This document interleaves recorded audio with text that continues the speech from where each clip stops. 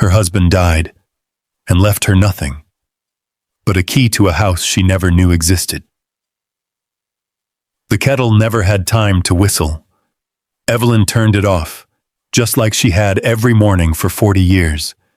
2 cups sat on the table, one for her, one for him. Upstairs, the house was too quiet. When she opened the bedroom door, everything changed, but not in the way it should have. Tell me honestly, what would you do if everything you built for decades suddenly wasn't yours? The kettle began to hum before it whistled. Evelyn Carter stood at the kitchen counter, one hand resting lightly against the cool tile, the other holding the lid in place the way she always did. It was habit more than necessity. After 40 years, her hands moved through the morning without asking her permission. Outside, the fog was still low over the water. It drifted in slow, patient layers across the small coastal town, softening the edges of everything. Rooftops, fences, the line where the ocean met the sky. The window above the sink was cracked open just enough to let the air in. Salt, damp wood, something faintly metallic. The smell of the sea had a way of settling into the house overnight, as if it belonged there. She reached over and turned off the stove before the whistle came. She never liked the sound. Too sharp, too sudden. It broke the quiet in a way that felt unnecessary. 2 cups were already waiting on the table. They always were.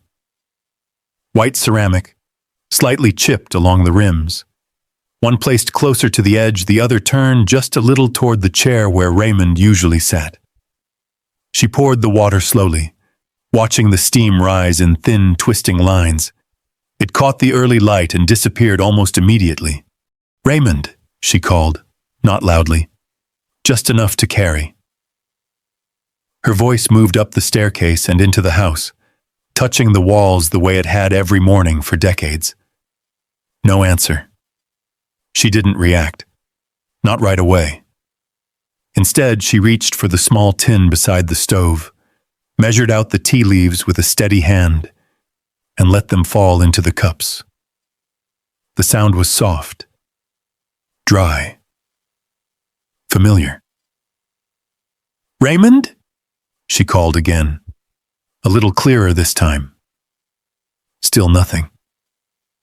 She stood there for a moment, listening. The house had its own sounds, always had.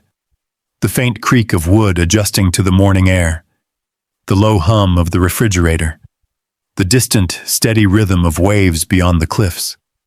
She knew them all, could tell when something was out of place.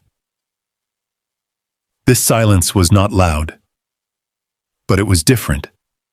Evelyn wiped her hands on a dish towel and folded it neatly over the edge of the counter. She didn't rush. There was no reason to rush. Raymond slept late sometimes. Not often, but enough that it wasn't strange.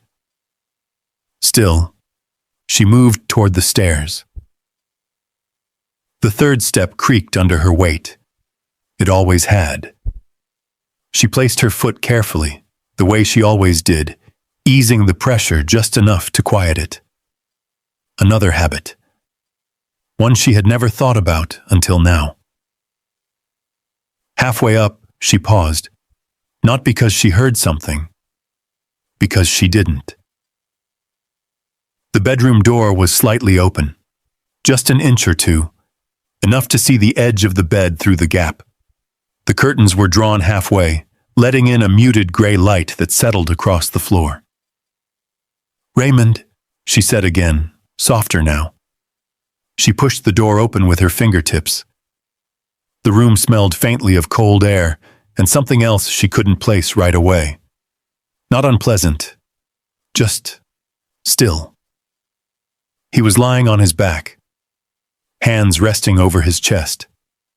Not loosely, not the way people sleep without thinking, placed, as if he had taken the time to arrange them. Evelyn stepped inside.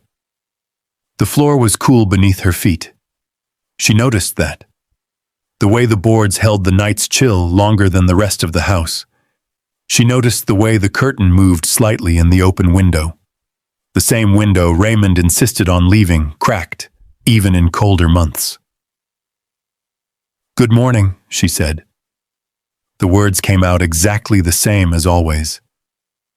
She waited.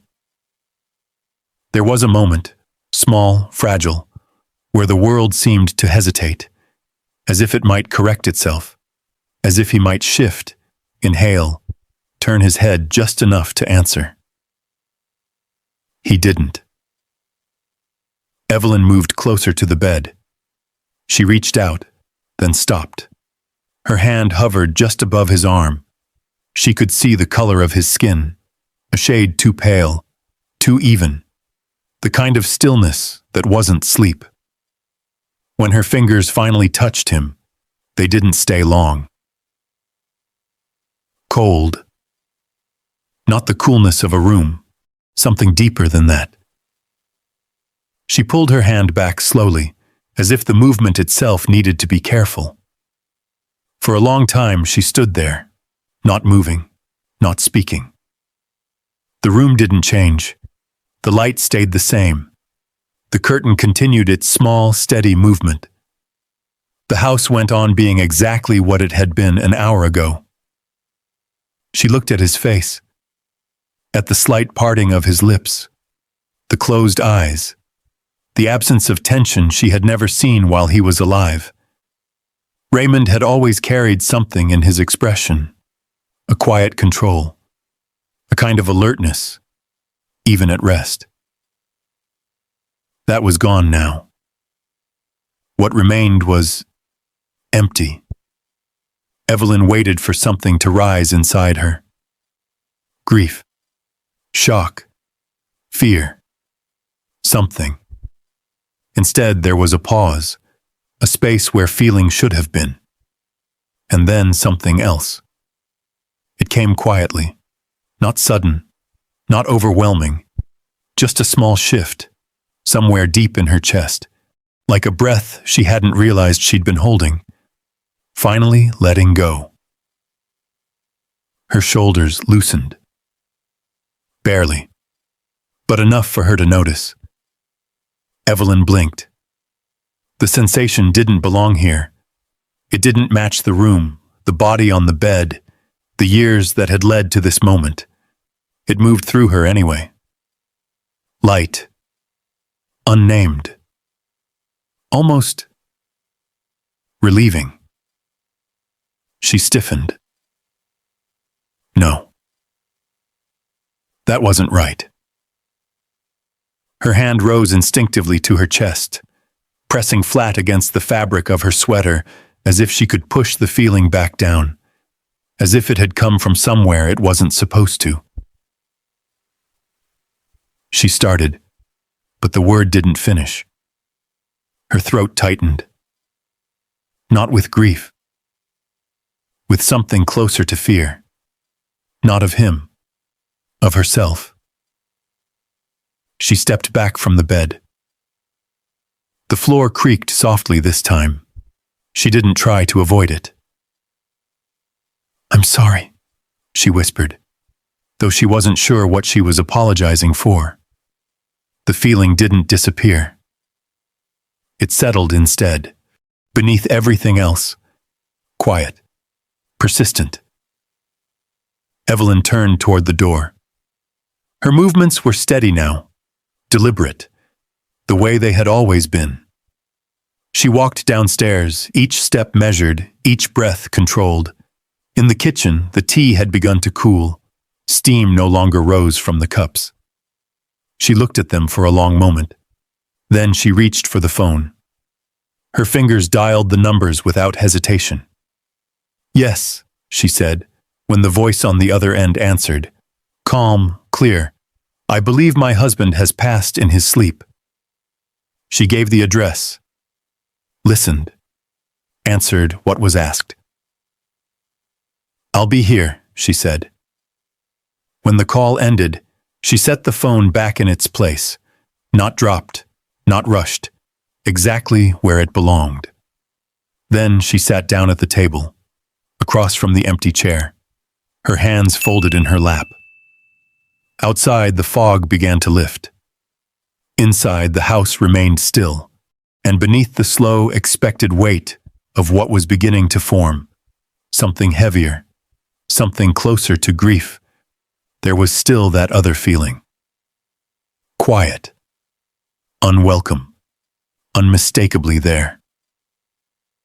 Evelyn Carter sat in her kitchen, waiting. And for the first time in 40 years, she didn't know exactly what she was waiting for. Evelyn Carter sat in her kitchen, waiting. And for the first time in 40 years, she didn't know exactly what she was waiting for. The house felt different now. Not louder, not emptier, just exposed. The fog outside had begun to thin, lifting slowly off the water and drifting inland. It revealed things in pieces: the outline of the fence, the neighbor's roof, the narrow road that curved past their house and disappeared behind a row of cypress trees. Evelyn watched it without really seeing it. Her tea sat untouched. Across from her, Raymond's chair remained slightly angled toward the table, just as it had been when she placed it there the night before. He had a habit of pulling it out and never quite pushing it back in. For years, she would adjust it after he left the room, a small correction no one ever noticed. This time, she didn't move it. Footsteps echoed faintly upstairs in her memory. Not real ones, just the idea of them. The sound he used to make crossing the bedroom floor in the mornings, slow and deliberate, as if he had already decided how the day would go before it began. Evelyn folded her hands tighter in her lap. 40 years. The number didn't feel large. It felt continuous. Like something that had always been there and would always be there, whether she paid attention to it or not. She had met Raymond when she was 28. Not in a dramatic way. Not the kind of meeting people told stories about. It had been at a small office in town, back when the harbor still smelled more like diesel than salt. She had been working temporary clerical jobs then, moving from desk to desk, filing papers, answering phones. He had come in one afternoon to review permits for a construction project. He spoke clearly, briefly, never repeating himself. She remembered noticing his hands first. Large, precise.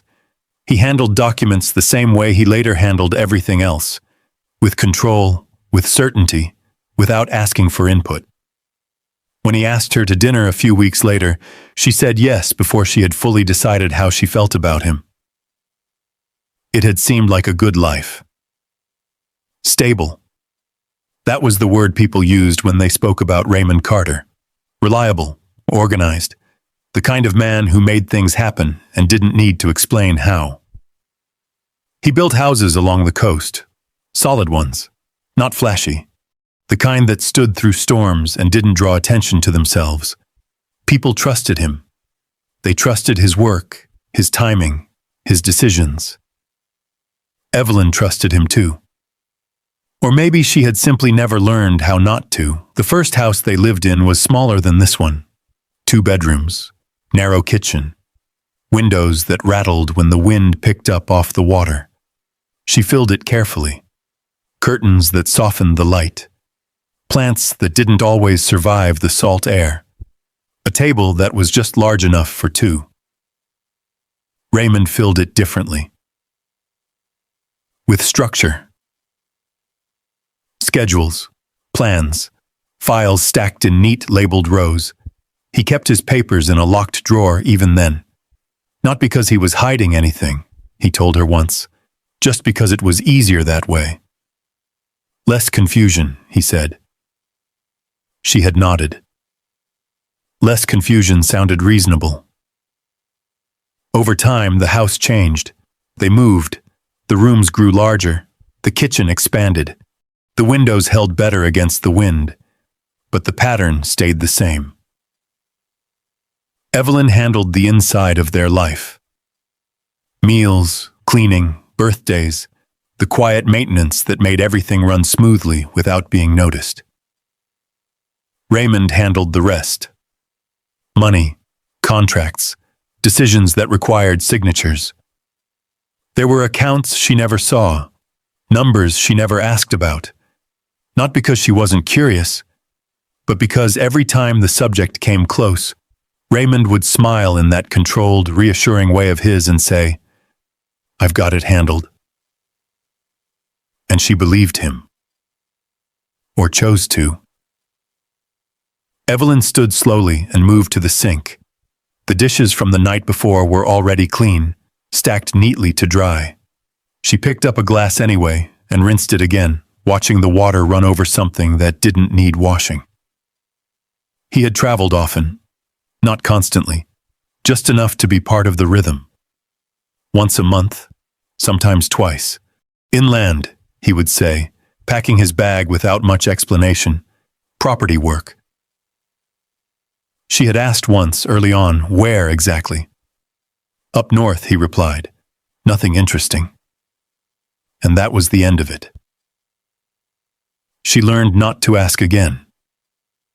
It wasn't that he was unkind. Raymond had never raised his voice, never slammed a door, never left anger sitting in a room where it could grow. He moved through conflict by avoiding it, smoothing it over, redirecting it into something quieter. But there were places in him that remained closed, not locked in an obvious way, just not available. Evelyn dried her hands on the same dish towel she had folded earlier. It was still slightly damp. She hung it back in the exact same place. There had been moments, small ones, when she noticed the distance more clearly. At dinner, when she would begin telling a story and realize halfway through that he wasn't really listening, not distracted, just somewhere else entirely. Or late at night, when he would sit at the table going over papers she couldn't see, the lamp casting a tight circle of light around him while the rest of the room stayed dim. She would ask if he needed anything. No, he would say, without looking up. I'm fine. And she would go to bed. Those moments didn't feel like problems at the time. They felt normal. The kind of things people accepted without naming. Evelyn glanced toward the staircase. It looked the same. Nothing had shifted. Nothing had been moved. The railing still held the faint mark where her hand rested each morning. The third step still creaked if you didn't step just right. Upstairs, the door remained open. She could see it from where she stood now. A thin line of shadow where the hallway met the bedroom. For 40 years, she had lived inside a structure that made sense because she didn't question it. Everything had its place. Everything had its role, and she had filled hers completely. The sound of a car passing outside pulled her attention back to the present. Tires on damp pavement, a door closing somewhere down the street, life continuing unchanged beyond the walls of her house. Evelyn returned to the table. She sat down again in the same chair, across from Raymond's empty one. The tea had gone cold. She reached for the cup, lifted it slightly, then set it back down without drinking. Her eyes moved slowly around the room. The cabinets she had organized 100 different ways over the years, the clock above the stove that ticked too loudly at night, the small crack in the corner of the window frame that Raymond had said he would fix, but never did. Details. So many details. All of them familiar. All of them suddenly separate from her. Evelyn rested her hands on the table and stared at the surface for a long time. It had always looked complete. From the outside. From the inside. A life built carefully, maintained consistently, held together by routine and quiet agreement. But sitting there now, in the stillness that followed his absence, she felt something shift. Not dramatically, not enough to name, just a faint sense that there had always been something missing, something she had learned not to notice. And now there was nothing left to distract her from it. And now there was nothing left to distract her from it. The days that followed moved in a quiet blur. People came and went through the house, and their voices lowered, their movements careful in that practiced way people use around death. Evelyn noticed small things more than anything else. The way they avoided looking directly at her. The way conversations paused when she entered a room, then resumed just slightly altered when she left. Someone from the funeral home handled most of the arrangements. A man with a soft voice and steady hands. He spoke to Evelyn respectfully, but briefly, as if aware that she wasn't the one making decisions. Because she wasn't. Daniel arrived the morning after. He didn't knock. The front door opened with a firm, familiar push, and his footsteps crossed the threshold like he had every right to be there. Evelyn heard him before she saw him, the sharp rhythm of his shoes on the wood floor, the faint rustle of his jacket. "Evelyn," he said when he stepped into the kitchen. Not unkind, not warm, just direct. He looked like Raymond, more than she remembered. The same posture, the same controlled stillness in his face, as if expression was something to be managed rather than felt. "I came as soon as I could," he added. She nodded. "I understand." There was a pause.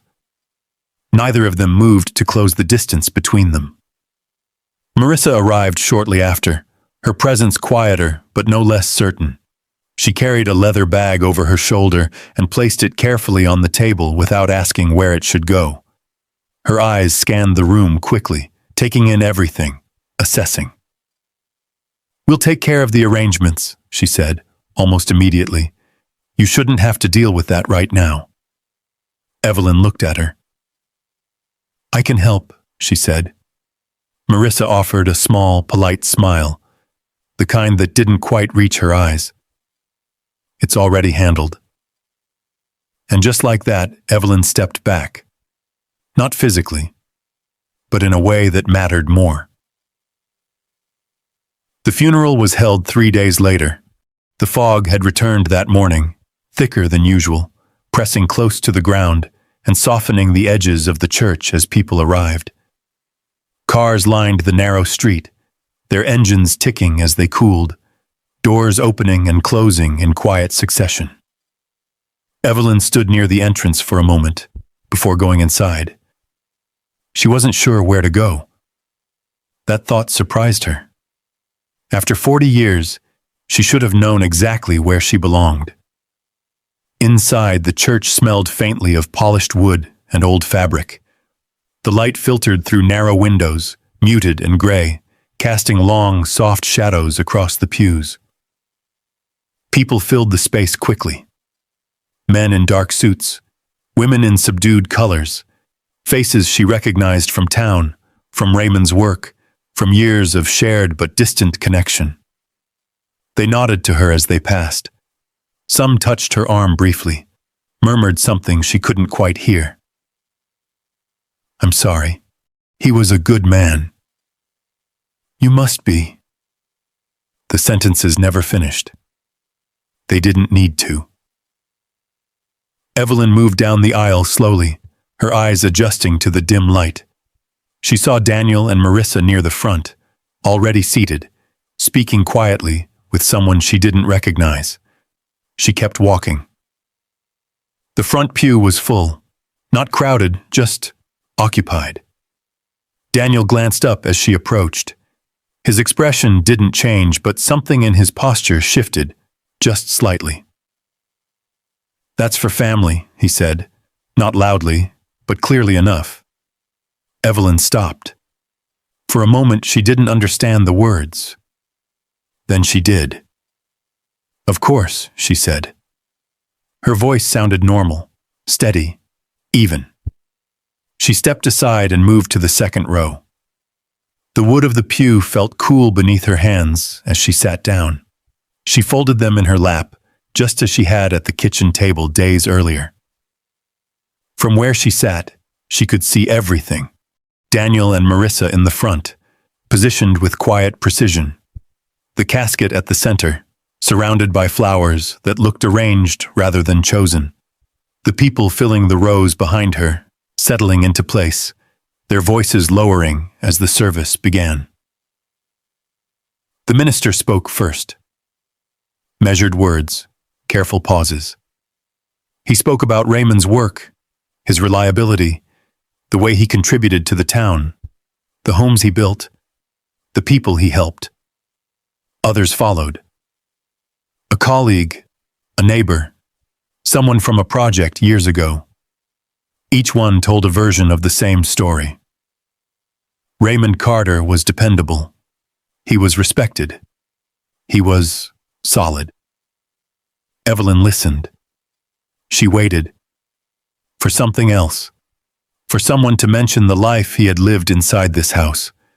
The years that had unfolded quietly behind closed doors. The small, unremarkable moments that had made up most of their time together. No one did.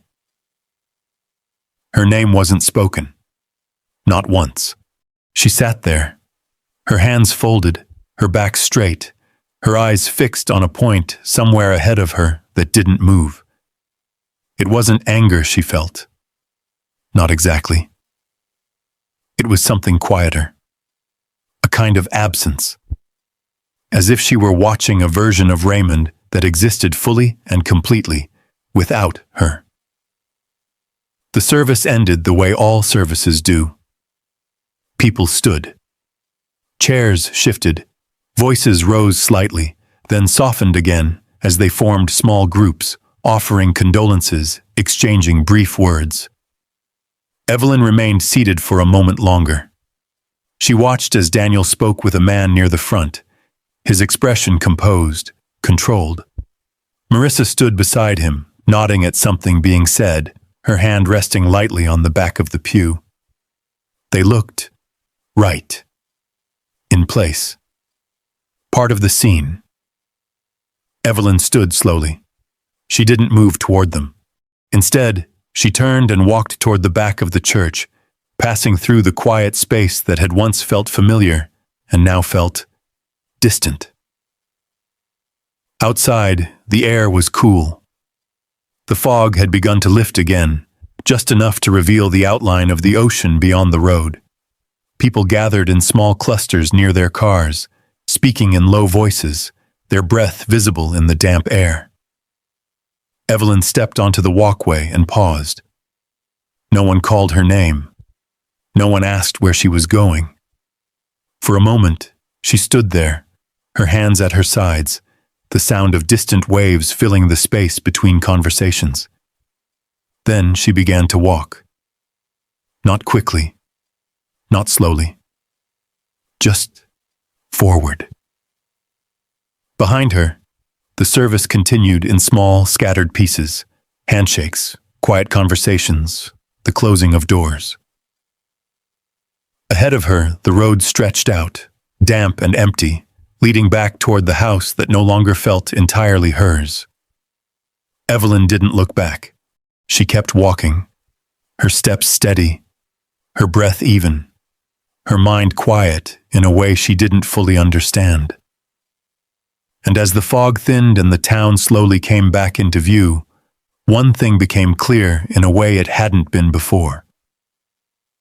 She had been present in that room, but she had not been part of it. She had been present in that room, but she had not been part of it. The lawyer's office sat above a row of shops near the harbor, in a building that had been repainted so many times the wood beneath it had started to lose its shape.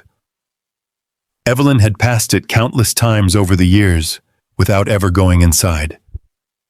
Now she climbed the narrow staircase slowly, one hand resting on the rail.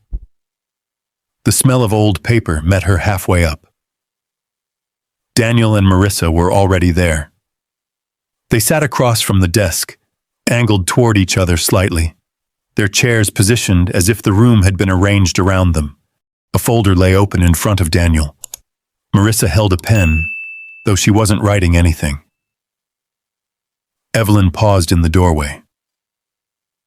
"Evelyn," Daniel said, standing halfway, then settling back down as if the gesture had already done enough. She nodded and stepped inside. The chair across from them was empty. She took it. The lawyer introduced himself. Mr. Klein. A thin man with careful eyes and a voice that seemed practiced for rooms like this. He spoke with a steady calm, the kind that didn't invite interruption. "I understand this is a difficult time," he said. Evelyn looked at him. It didn't feel difficult. It felt distant. Mr. Klein opened the folder. "Your husband's estate is substantial," he continued. He left clear instructions regarding its distribution. Evelyn folded her hands in her lap. She waited. Numbers were mentioned. Properties, accounts, investments. Words that moved through the room with quiet weight, landing in front of Daniel and Marissa like something expected. Daniel nodded once or twice, not surprised. Marissa made small notes, her pen moving lightly across the page. Evelyn listened. She tried to follow the details. She realized quickly that she couldn't. Not because they were complicated, because they had never been hers to understand. Mr. Klein turned a page. "The primary residence," he said, "will be transferred in full to Mr. Carter's children, Daniel Carter and Marissa Carter, in equal shares." Evelyn blinked. The words settled in the air. No one reacted. It was as if the room had already accepted them before they were spoken. She shifted slightly in her chair. "What about," she began, then stopped. Mr. Klein looked at her. "Yes?" She searched for the right way to ask. The house. Her house. The kitchen table. The window. The stairs that creaked under her feet every morning. "What happens to me?" she said. The question sounded smaller than she expected. Mr. Klein didn't answer immediately. Instead, he reached for another document. His fingers moved carefully, as if the paper itself required caution. "Your husband addressed that directly," he said. He cleared his throat and read, "My wife, Evelyn Carter, has been provided for throughout our marriage and has lived comfortably under my care. I consider this sufficient provision for her needs." The words landed cleanly. No emphasis. No hesitation. Just final. Evelyn stared at the desk. She didn't feel anything at first. No anger, no shock. Just a kind of stillness, similar to the one that had filled the bedroom that morning. Mr. Klein continued. "There is, however, one asset left specifically to you." He reached into the folder and pulled out a small envelope. It was plain, unmarked. He placed it on the desk in front of her. Evelyn looked at it, but didn't touch it. "What is it?" she asked. "A property," he said, "located inland. The deed has been transferred to your name." "Inland," she repeated. Daniel leaned back slightly in his chair. "It's not worth much," he said, almost casually. "Some old place he picked up years ago, probably falling apart." Marissa didn't look up from her notes. "You'll have 30 days to vacate the current residence," Mr. Klein added, his tone unchanged. "After that, the property will be prepared for sale." 30 days. Evelyn nodded once. She reached for the envelope. It felt lighter than she expected. Inside there was a key. Old. Metal worn smooth in places, heavier than it looked, and a small, folded piece of paper. Her fingers hesitated for a moment before opening it. The handwriting was unmistakable. Neat, controlled, slightly angled to the right. This was always meant for you. You'll understand. That was all.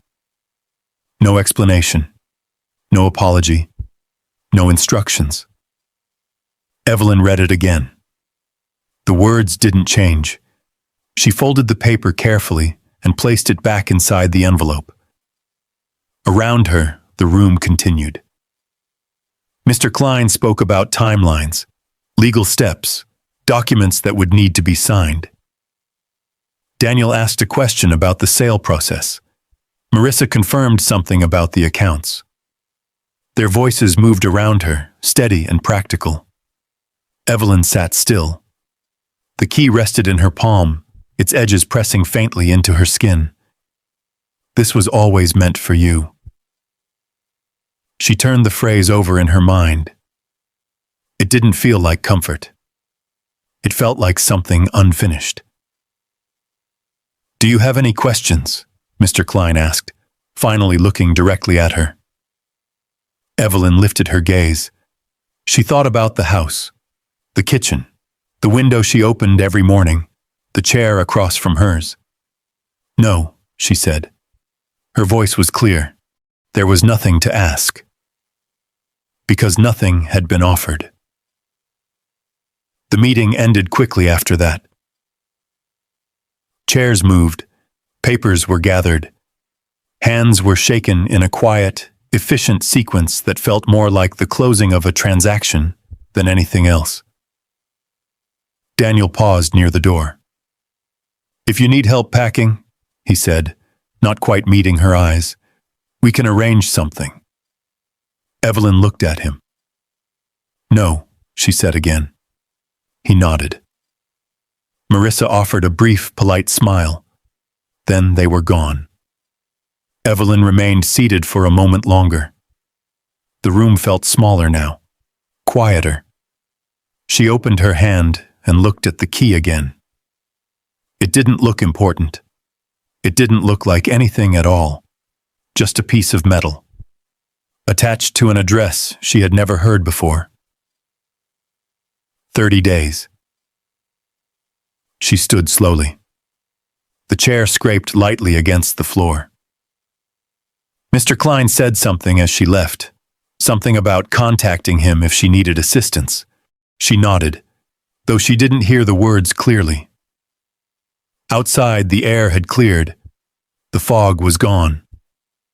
The ocean stretched out in the distance, calm and unchanged. Evelyn stepped onto the sidewalk and paused. People moved around her. Cars passed. The town continued exactly as it always had. She slipped the envelope into her bag. For a long moment, she stood there, her hand resting lightly against the fabric, feeling the shape of the key through it. Then she turned and began walking back toward the house. The house she now had 30 days to leave. The house that had never really been hers. And somewhere, far inland, a place she had never seen, waiting. Or maybe not waiting at all. And somewhere, far inland, a place she had never seen, waiting. Or maybe not waiting at all. The house looked the same when Evelyn returned. The same siding, weathered by years of salt air. The same narrow walkway leading to the front door.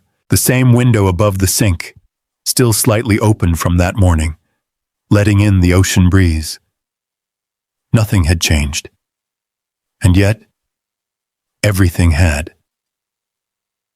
She stood on the front steps for a moment before going inside, her hand resting lightly on the doorframe. For years, she had moved through this space without thinking, every corner familiar, every object placed with intention. Now it felt like she had stepped into someone else's memory. Inside, the air was still. The cups were still on the table. She crossed the room slowly and reached for one, lifting it just enough to feel the coolness through the ceramic. The tea had gone completely cold. She set it back down in the exact same spot. 30 days. The number repeated itself quietly in her mind. Not as panic, not yet. More like a boundary, a line drawn somewhere ahead that she would reach whether she prepared for it or not. The first change came the next morning. A truck pulled up just after sunrise. Evelyn was at the sink when she heard it, the low rumble of the engine, the sharp click as it shut off. She dried her hands and turned toward the window. Two men stepped out. They didn't hesitate. They walked straight to the front door and knocked once before opening it themselves. "Morning," one of them said, already inside. "We're here to take measurements." Evelyn blinked. "For what?" she asked. The man glanced at her briefly, then back at the paper in his hand. "Renovation," he said. "We were told to start today." She nodded. "Of course." They moved through the house quickly, speaking to each other in short, practical phrases. Numbers, angles, square footage. They stepped around her without asking her to move, their presence filling the space with a kind of efficiency that didn't leave room for anything else. Evelyn stood in the kitchen, listening. The sound of their footsteps echoed up the stairs, into the bedroom, down the hallway. Doors opened, closed, opened again. She followed them once halfway up the stairs, then stopped. There was no place for her in what they were doing, so she turned back. More people came over the next few days. An agent with a clipboard, a woman with fabric samples, another man who spoke loudly about tearing out the kitchen wall to open up the space. They talked about the house as if it were already empty. Evelyn learned to stay out of their way. She sat at the table, or by the window, or sometimes in the small chair near the back door, where she used to read in the afternoons. She didn't speak unless someone addressed her directly. Most of the time, they didn't. Her belongings began to shift. At first, it was small things. A stack of books moved from the shelf to a box, a framed photograph taken off the wall and placed face down on the table. Then larger things. Closets opened, drawers emptied, her clothes folded and placed into cardboard boxes without discussion. "Just organizing," one of the workers said when she paused in the doorway, watching. Evelyn nodded. She didn't ask where anything was going. The house slowly changed shape around her. Rooms that had once held quiet routines now filled with unfamiliar movement. The kitchen lost its order. The living room became a space for measuring tapes and rolled-up plans. At night, when everyone left, the silence returned. But it wasn't the same silence. It felt thinner. Evelyn would sit at the table long after the sun went down, her hands resting in front of her, listening to the house settle around the changes. The creaks were different now, the rhythm slightly off. She noticed everything, the way the floorboards shifted under new weight, the faint smell of dust where walls had been opened and inspected, the absence of small sounds she hadn't realized mattered until they were gone. One evening, she stood in the hallway and looked at the bedroom door. She hadn't gone back in, not since that morning. She reached for the handle, then stopped. Her hand hovered there for a moment, then dropped. Not yet. Downstairs, the envelope sat on the table. She had moved it once, from her bag to the surface, then left it there. The key inside felt heavier now, not physically, just present. She didn't open it again. Not yet. On the 12th day, she heard Daniel's voice in the dining room. He hadn't announced himself. He rarely did. Evelyn was in the kitchen, standing by the sink, when the words carried through the open space. "We should list it as soon as possible," he said. "No point waiting." Marissa responded, her voice lower, harder to catch. "It needs work first," she said. Buyers expect that now. There was a pause. Then Daniel again. I honestly don't know why he left her anything at all. Evelyn's hand tightened slightly on the edge of the counter. He felt obligated, Marissa said. 40 years is a long time. Still, Daniel replied, she was never really part of this. The words were not loud. They weren't meant to be heard. But they landed clearly. Evelyn stood very still. She didn't move closer, didn't step away. She just listened. She'll manage, Marissa added after a moment. That place inland. She can sell it. Start over somewhere smaller. A quiet agreement followed, the kind that doesn't need to be spoken. Evelyn released her grip on the counter slowly. Her fingers left faint marks against the surface. For a moment, something rose inside her. Not anger, not quite. Something sharper.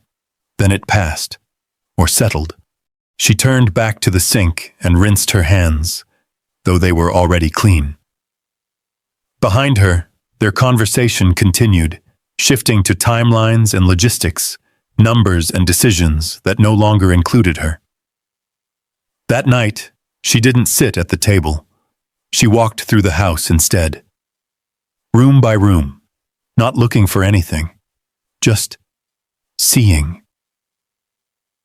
The living room, half cleared, the hallway lined with boxes, the kitchen, no longer arranged the way she had kept it for years. She paused in front of the back door and looked out at the yard. The wind moved through the grass in slow, uneven patterns. The fence leaned slightly where it always had. The sky stretched wide and empty above it. This place had held her life, or something like it, and now it was being prepared for something else. Evelyn turned back inside. Her steps were quiet, measured. The envelope still sat on the table. She walked past it once, then stopped, turned back. Her hand rested on it lightly. The paper was smooth beneath her fingers. Inside, the key waited. The address she hadn't spoken out loud. The place she had never seen. She didn't open it. Not yet. But for the first time since leaving the lawyer's office, the thought came clearly. Not as fear, not as uncertainty, as something simpler. She would go. Not because she expected anything, not because she believed in the note, but because there was nothing left here that belonged to her. 30 days. The number no longer felt like a boundary. It felt like an ending. And somewhere beyond it, something she had not yet chosen. Something she would. Soon. Something she would. Soon. The last morning came without announcement. No final conversation. No moment that marked it as different from the others. The house woke the same way it always had. The faint gray light through the windows. The distant sound of the ocean. The quiet creak of wood adjusting to the cold. Evelyn stood in the kitchen before the kettle, her hand resting lightly on its handle. She didn't turn the stove on. For the first time in 40 years, there was no reason to make 2 cups. The absence of that small task felt larger than it should have. She stood there for a moment, looking at the empty space on the table where the second cup had always been placed. Then she turned away. The house was nearly empty now. Boxes lined the hallway, neatly sealed, labeled in handwriting that wasn't hers. The living room had been stripped down to its frame. No pictures on the walls, no books on the shelves, no trace of the life that had once filled it. Her belongings were reduced to a few suitcases and 2 boxes near the door. 40 years. Contained, she walked through the room slowly, not touching anything. The bedroom door stood open. This time she stepped inside. The bed had been cleared, fresh sheets pulled tight across the mattress, as if preparing it for someone else. The window was closed now. The air inside felt still, unfamiliar. She crossed the room and stood where she had stood that first morning. She didn't look at the bed for long. Instead, her eyes moved to the dresser. One drawer was slightly open. It hadn't been like that before. Evelyn stepped closer and pulled it the rest of the way. Inside were things that had been moved, but not fully sorted. A few folded shirts, a watch, papers stacked loosely, not in Raymond's usual careful order. That caught her attention. He had always been precise. Always. She reached for the papers. Receipts, notes, a calendar page torn from a pad. She unfolded it. Dates circled in blue ink. Once a month, sometimes twice. Small marks beside them. Initials maybe, or something else she couldn't immediately recognize. She frowned slightly. Her mind moved quietly, almost without effort. Monthly trips. Inland. She turned the paper over. Nothing on the back. Evelyn set it aside and reached for another. A receipt this time. Gas station. Not from town. A name she didn't recognize. The date matched one of the circles. She found another. And another. Different places. Similar region. Always inland. Her fingers slowed as she went through them. She wasn't rushing. She wasn't searching for anything specific. She was noticing the way the dates aligned, the way the locations repeated, the way none of this had ever been mentioned. Evelyn sat down on the edge of the bed, the papers resting in her lap. For a long time, she simply looked at them. Not with shock, not with anger, with something quieter. A question. She thought back over the years. The mornings he left, the way he packed his bag without asking for help, the way he returned, calm, rested, unchanged. She had accepted it, because there had been no reason not to, or maybe because there had been no space to question it. Evelyn gathered the papers carefully and stood. She carried them downstairs and placed them on the kitchen table. The envelope was still there, unmoved. She pulled the chair out slowly and sat down. The room was silent. No workers, no voices, no footsteps above her. Just the sound of her own breathing and the faint hum of the refrigerator. She opened the envelope again. The key slipped into her palm. Cold, solid, real. The note unfolded the same way it had before. This was always meant for you. You'll understand. She read it once, then again. The words didn't explain anything, but they didn't feel empty anymore. Not completely. Evelyn set the note beside the papers. Her eyes moved between them. The dates, the receipts, the address. Something connected there. Not clearly, not fully, but enough. She reached for a pen and pulled a blank sheet from one of the boxes. Slowly, she began writing the dates down, matching them to the receipts, lining them up beside the address. Her handwriting was steady. Careful. She paused once, tapping the pen lightly against the paper, then continued. It didn't take long. The pattern was there. Consistent, intentional. He had been going there. Not once, not occasionally, regularly. For years. Evelyn leaned back in her chair. The realization settled quietly.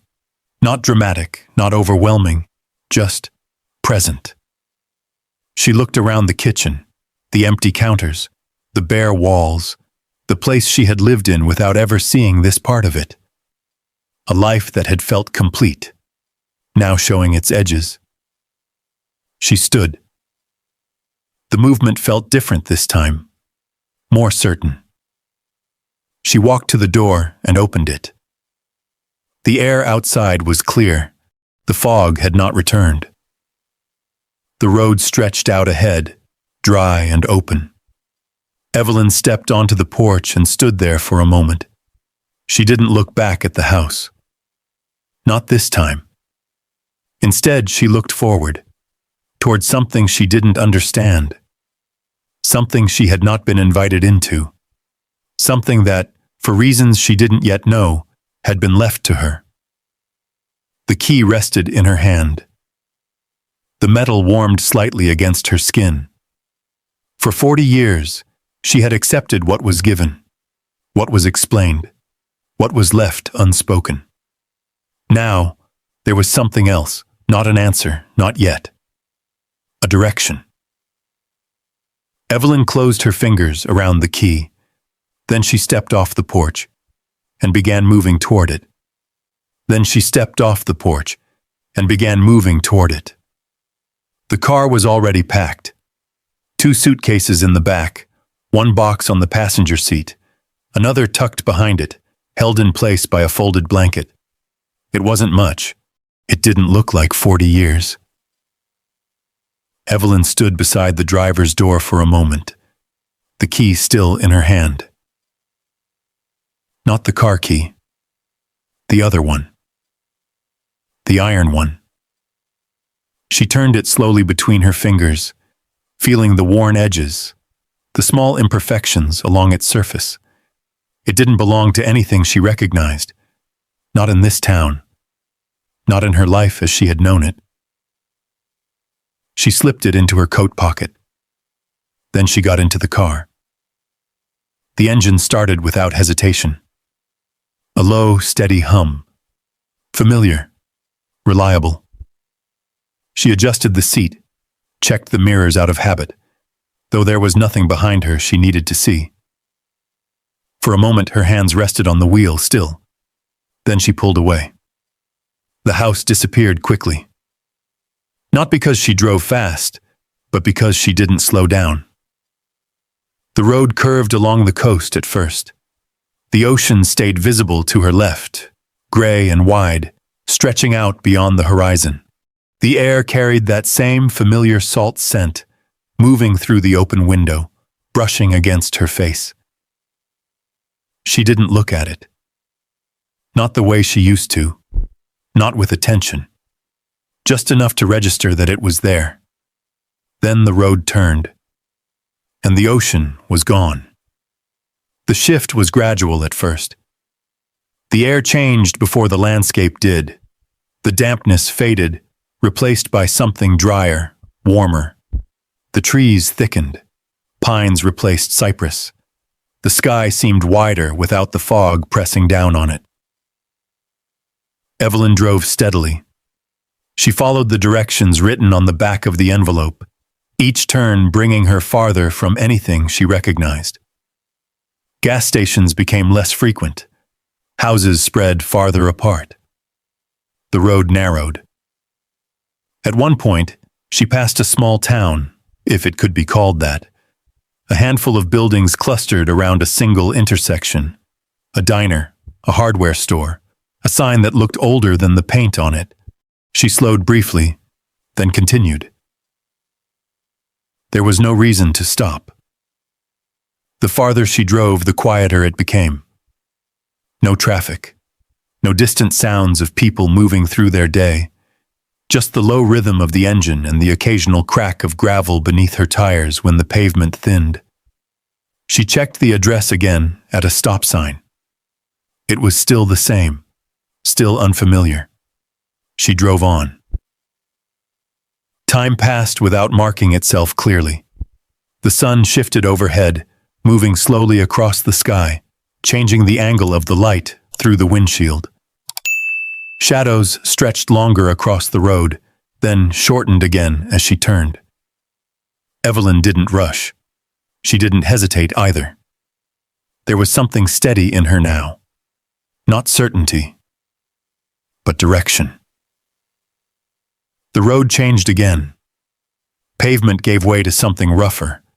Not quite dirt, not quite maintained. The edges blurred into the surrounding trees, as if the path had been carved out long ago and simply left to exist. She slowed the car. The tires made a different sound here, softer, more irregular. Branches arched overhead, forming a loose canopy that filtered the light into shifting patterns across the windshield. The air felt still, heavy in a different way. Evelyn leaned forward slightly, her eyes narrowing just enough to take in the details. The address should have been close. She checked again. Yes. This was the road. She drove a little farther. Then she saw it. At first, it didn't look like anything. Just a break in the trees. A space where the undergrowth thinned and the light reached the ground more fully. She slowed almost to a stop. Something about it felt deliberate. Not wild, not random. She turned the wheel. The car moved off the narrow road and onto a path barely visible beneath the tires. Grass brushed against the underside of the vehicle. Small stones shifted beneath the weight. The trees opened slowly. Not all at once. Just enough to reveal what lay beyond them. Evelyn brought the car to a stop. For a moment, she didn't move. Her hands rested on the wheel, her fingers still curled lightly around it. Then she lifted her gaze. The house stood in the clearing. Not large, not small. Stone walls, weathered but intact. A roof that held its shape, the lines clean and unbroken. Windows set deep into the structure, catching the light in a way that made them seem darker than they should be. It wasn't what she had expected. Not abandoned, not ruined, not forgotten. The land around it told a different story. Grass had grown unevenly, left to its own direction. Plants spread beyond their boundaries.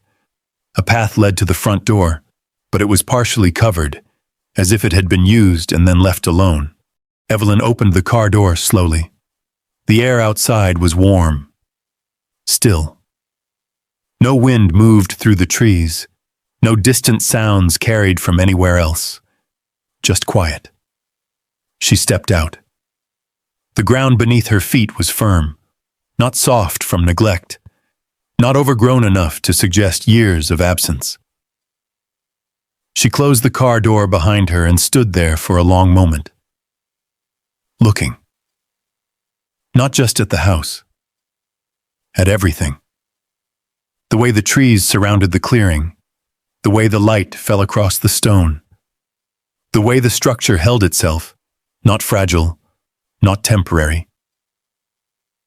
Present. Evelyn took a few steps forward. The path was uneven, but visible enough to follow. She moved carefully, her eyes scanning the ground, then lifting again to the house. Up close, the details became clearer. The stone was clean, not recently washed, but not worn down either. The edges held their shape, the mortar between them still solid. The windows were intact. No cracks, no broken glass. She stopped a few feet from the door. The wood was dark, aged, but not damaged. The handle sat firmly in place. The lock, slightly worn but functional. Evelyn reached into her coat pocket. The key rested there, heavier now than before. She held it in her hand, looking at it for a moment. Then she lifted her gaze to the door again. This wasn't ruin. This wasn't something left behind. This was something kept. Her fingers tightened slightly around the key. For the first time since leaving the house by the coast, something shifted inside her. Not confusion, not uncertainty. Something sharper. A question, that no longer felt distant. What had he been doing here? Evelyn stepped closer to the door. Close enough now to see the fine lines in the wood, the small marks left by time and use. Close enough to understand one thing clearly. This place had not been forgotten. It had been hidden, and now she was standing in front of it. And now she was standing in front of it. The key felt heavier in her hand. Evelyn didn't rush. She stood there for a while, studying the door as if it might offer something before she even touched it. The wood held faint scratches near the handle. Not damage. Use. The kind that comes from years of contact, not neglect. Someone had been here. Not long ago. She stepped closer.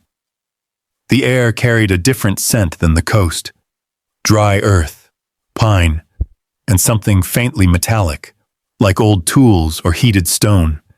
It settled around her, unfamiliar, but not unpleasant. Evelyn lifted the key. For a second, her hand paused just before the lock. Then she slid it in. It turned smoothly. No resistance, no hesitation.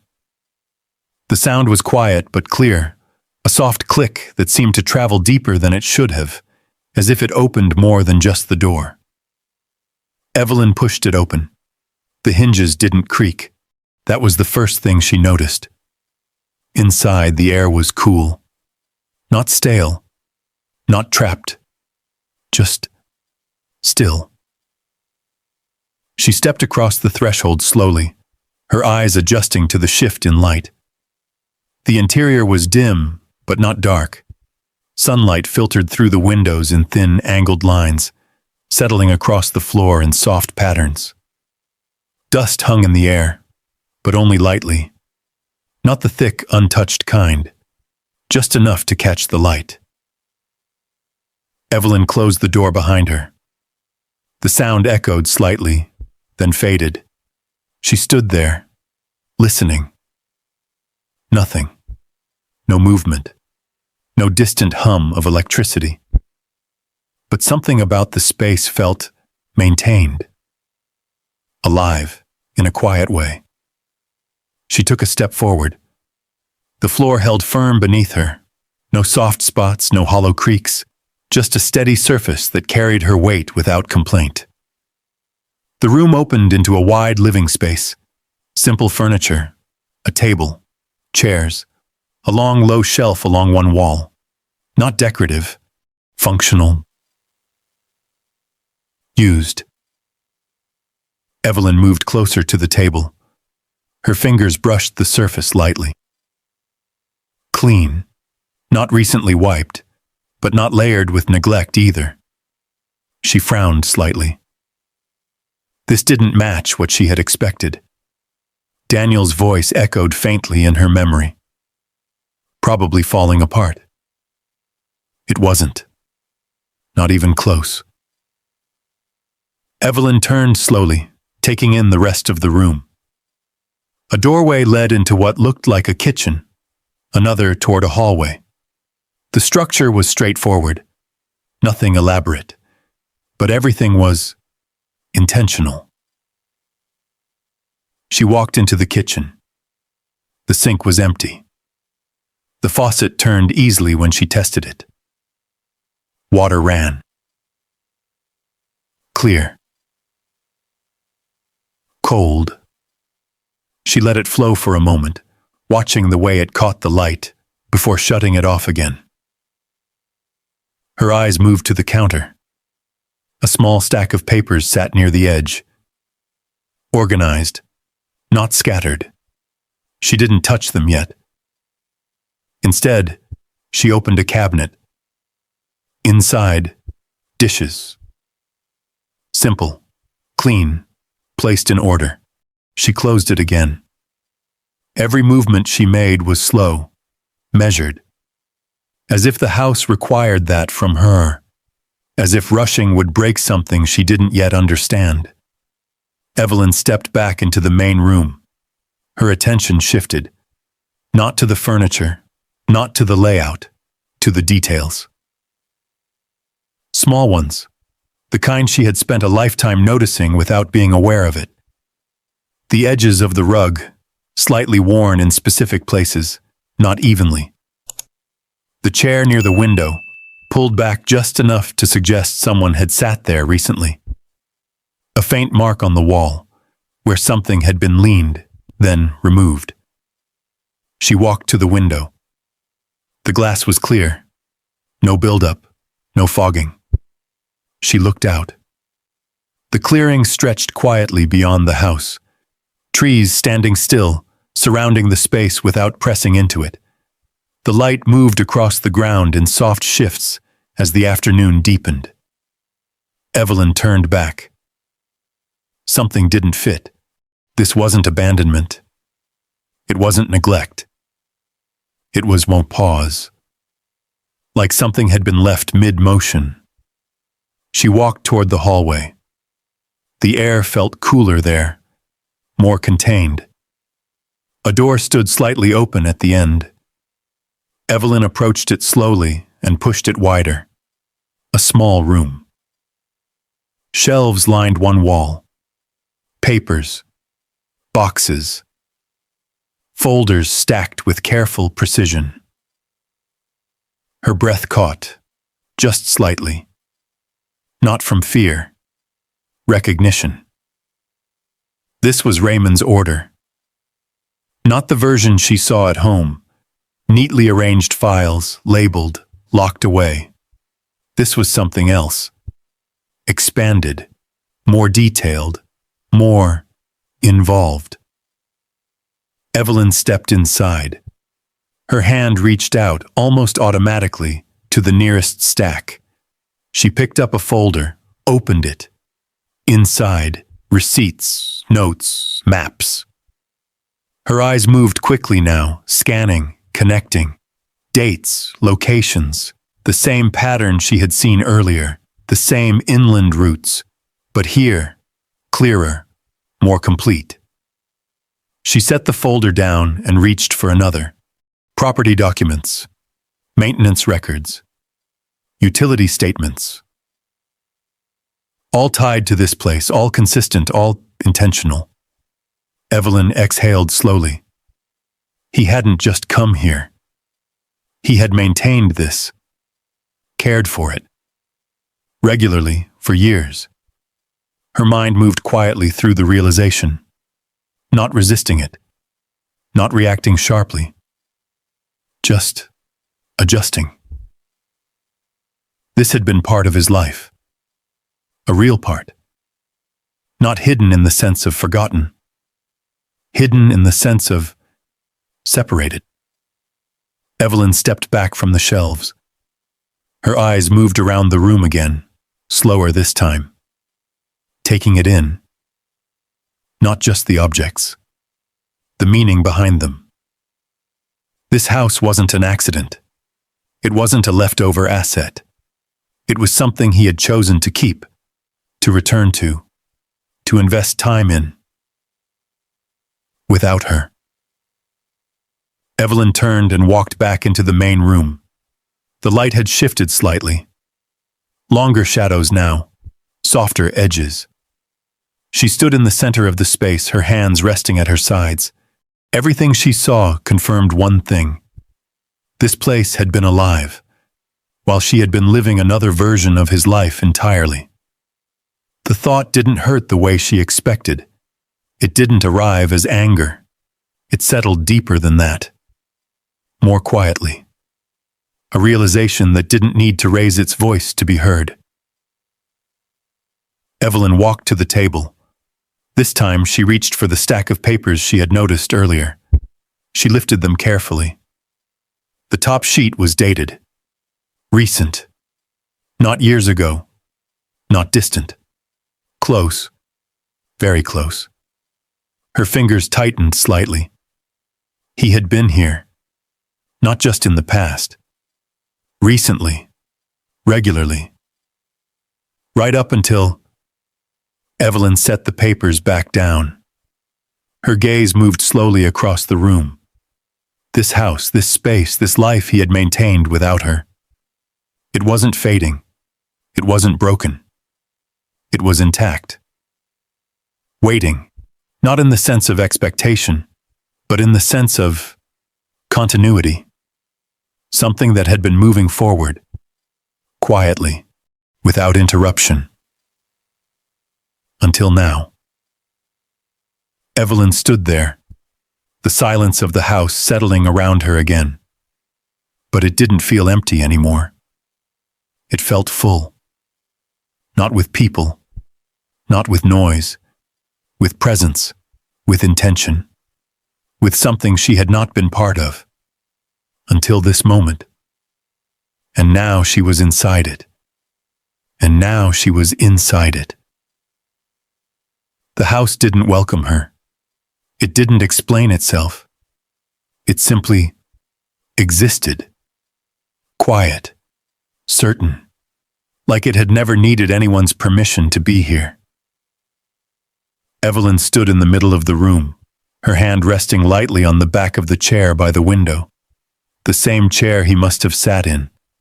The same light he must have watched move across the floor, day after day, without ever telling her.